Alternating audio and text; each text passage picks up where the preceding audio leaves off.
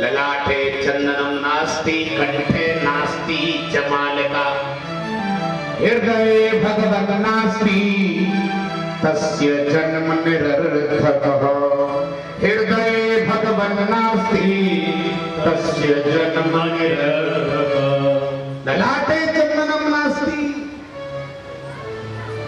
माथे पर तिलक न हो गले में गुरु कंठी नहीं हो और हृदय में भगवान का नाम न हो तस्य जन्म निरर्थक ऐसे व्यक्ति का तो जीवन निरर्थक है बेकार है।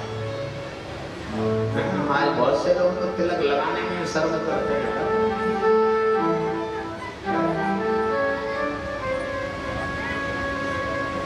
अपनी संस्कृति बिल्कुल ऐसी धब्बा लगा दिया लोगों को।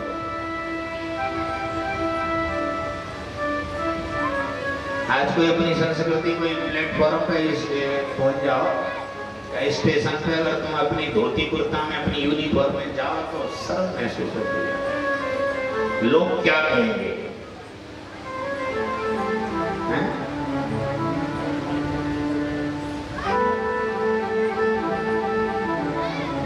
अपनी संस्कृति बिल्कुल लुप्त होती जा रही है। संतों के सानिध्य में आ गए, ठाकुर जी का चंदन करो, उसी समय उनसे बच जाए तो अपने माथे पर तिलक करो। ये ठाकुर जी का प्रसाद है और इससे अगर माथे पर लगा रहेगा तो दूर की जितनी भी व्याधियां हैं, परेशानियां हैं, वो अपने आप दूर भागने के लिए भगवान को भगत है। इसलिए ललाट पर चंदन लगा के रहना चाहिए। ललाटे चंदनम नास्ति कंठे नास्ति चमालिका। बाहर की परेशानियां जितनी आ जाती हैं लोगों पर, परेशान रहते हैं, मैं कहता हूं कि बहुत बड़ा आपके लिए शुभ है। तिलक लगा के रखिए चंदन का और गले में गुरुकंठी धारण करके रखो। आप ऊपरी बाधा तो उसके ऊपर कभी आ ही नहीं सकती, दूर से ही भाग जाएगी। आप घर में एक अनुभव करके देखो, घर में गंदगी होती है ना, मक्खी वहीं बैठती है कि नहीं बैठती? और मक्खियों को हटाने के लिए क्या करते हैं? कभी हम कथा करते करते जब ज्यादा पुरानी कोई माला पाला हो जाए या कोई गंदगी हो तो माखी आने लग जाती है। 4 घंटे हमें बोलना है तो फिर हमारे शास्त्र लोग वो स्प्रे छिड़क देते हैं, फिर मक्खी नहीं आती। समझ गए ना? गंदगी हो और माखी ना आए तो स्प्रे छिड़क दो, मक्खी नहीं आएगी। गंदगी रहेगी तो मक्खी आएगी। ऐसे ही हमारे अंदर की गंदगी जो है तिलक लगाने से और कंठी पहनने से अपने आप दूर हो जाती है। तो बाहर की जो मक्खियां हैं, व्याधियां हैं, परेशानियां हैं, वो तुम्हारे ऊपर कभी नहीं बैठ सकती। नहीं, सूत्र है। लेकिन भक्ति की स्प्रे अपने ऊपर छिड़क ले तो ना, आज तो वैसे ड्यू बड़े लगा ले, लेकिन चंदन भंदन और तुलसी की कंठी और ये ड्यू तो और ज्यादा खींचेगा परेशानियों को, ऊपरी हवा को। वैसे वो ऐसी जगह पर बहुत जल्दी आते हैं ऊपरी हवा। ड्यू तो लगा लेंगे, क्या बोलते हैं, ड्यू बोल रहे हैं।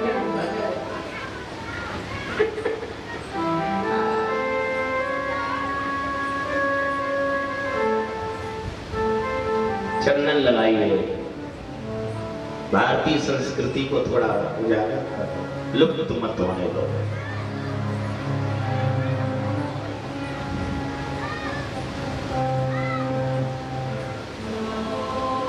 ज्ञानी की कोई अवस्था नहीं होती, ज्ञानी की कोई उम्र नहीं होती, ज्ञानी का किसी से कोई रिश्ता नहीं होता। 4 प्रकार के भक्त हैं। एक की माला दिन रात चल रही है तो धन दौलत बैंक बैलेंस के लिए। एक की माला दिन रात चल रही है तो स्त्री पुत्र परिवार के लिए। एक की माला दिन रात चल रही है तो पड़ोसी के नुकसान के लिए। भगत वो भी है, माला फेरता है पर भावना देखिए, भावनाओं से 4 प्रकार के भगत है। वैसे तो भगत एक ही है, लेकिन भावनाओं से 4 प्रकार के भक्त बताए। रामायण में भी 4 प्रकार के, गीता में भी 4 प्रकार। बहुत से लोग माला फेर रहे हैं, इसीलिए मेरे पड़ोसी को एक्सीडेंट ना है भगवान। को एक्सीडेंट है यार, तो तुम्हें क्या मिल जाएगा? तो लोगों को इसी में आनंद है, दूसरे के नुकसान के लिए माला फेर।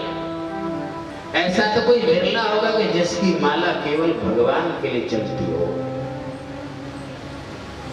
अकाम सर्वकाम बा मोक्ष कर्म उदारयति की प्रेम भक्ति योगी नहीं। मोक्ष का मतलब क्या है? बहुत से लोग तो ये सोचते मरने के बाद मोक्ष हो तो। मोक्ष को सीधो सीधो अर्थ बता दो। मोक्ष कैसे कहते हैं? मोक्ष यानी मोह का क्षय हो जाना ही मोक्ष है। और जिसका मोह क्षय नहीं हुआ उसका मोक्ष मरने के बाद होने वाला नहीं है। जीते जी मोक्ष का मतलब है जिसका मोह क्षय हो जाए। और मोह नहीं छूटा तो तुम सोचे मरने के बाद मोक्ष हो जाए। क्यों मैंने सेठ ली? अब ये है जाएगा तो है जाएगा। इनका भी जीवन क्या है? बस बाबा की सेवा में, न बच्चों से मतलब न परिवार से मतलब, किसी से मोह है ही नहीं। यही मोक्ष है, जीते जी मोह छूट जाए।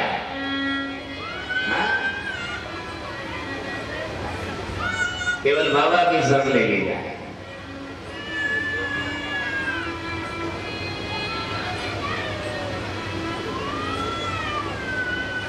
कथा बहुत है, प्रसंग में प्रसंग आ जाता है कि ये भी कह दो, ये भी कह दो, क्या क्या कौन। चलो आगे बढ़ते हैं। बोलो वृंदावन प्यारी लाल, जय जय श्री राम।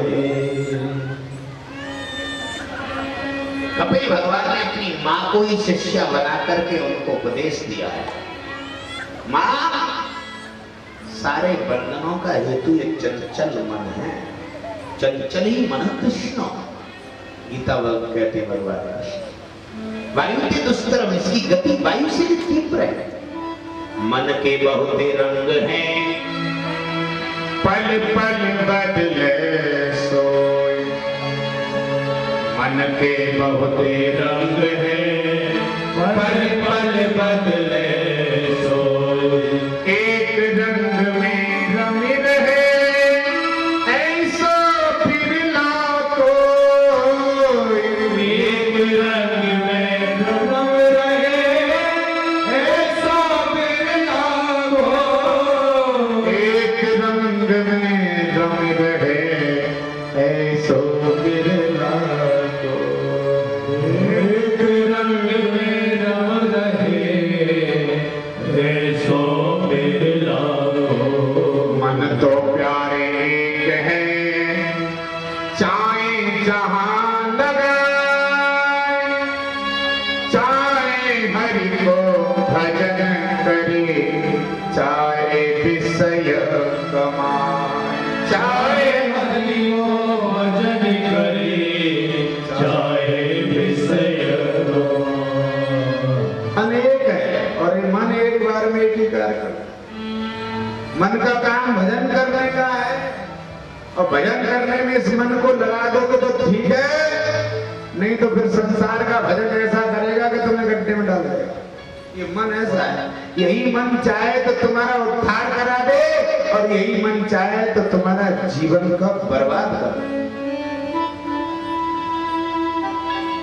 मन एक ही। मन ज्ञानियों के पास भी होता है और मन अज्ञानियों के पास भी होता है। ऐसा नहीं है कि मन ज्ञानियों के पास ही होता हो या अज्ञानियों के पास ही होता हो, सबके पास है ये मन। लेकिन अज्ञानी मन के बहकावे में आ जाते हैं। मन जो कहता है वही करने लग जाते हैं, और ज्ञानी मन के दृष्टा बन जाते हैं। ज्ञानी हमेशा मन को गुलाम बना के चलते हैं, और अज्ञानी हमेशा मन के गुलाम बन के रहते हैं। मनेव मनुष्याणाम कारणम बंधमोक्षे, गीता में भगवान कृष्ण कहते हैं। मनेव मनुष्याणाम कारणम बंध मोक्ष है।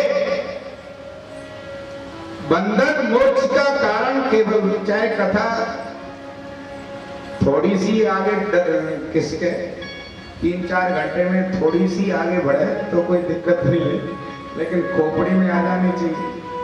आज हमारे दीनदयाल जी कह रहे थे कि मैं पंडाल से निकल के जा रहा था तो 10-20 लोग बैठे थे, वो कह रहे महाराज तो ऐसी कथा करते खोल खोल के सब, चाहे भले ही कथा बढ़े नहीं लेकिन खोपड़ी में आ जानी चाहिए कि वास्तविकता क्या है। मनेव मनुष्याणाम कारणम बंध मोक्ष है। बंधन मोक्ष का कारण केवल मन है।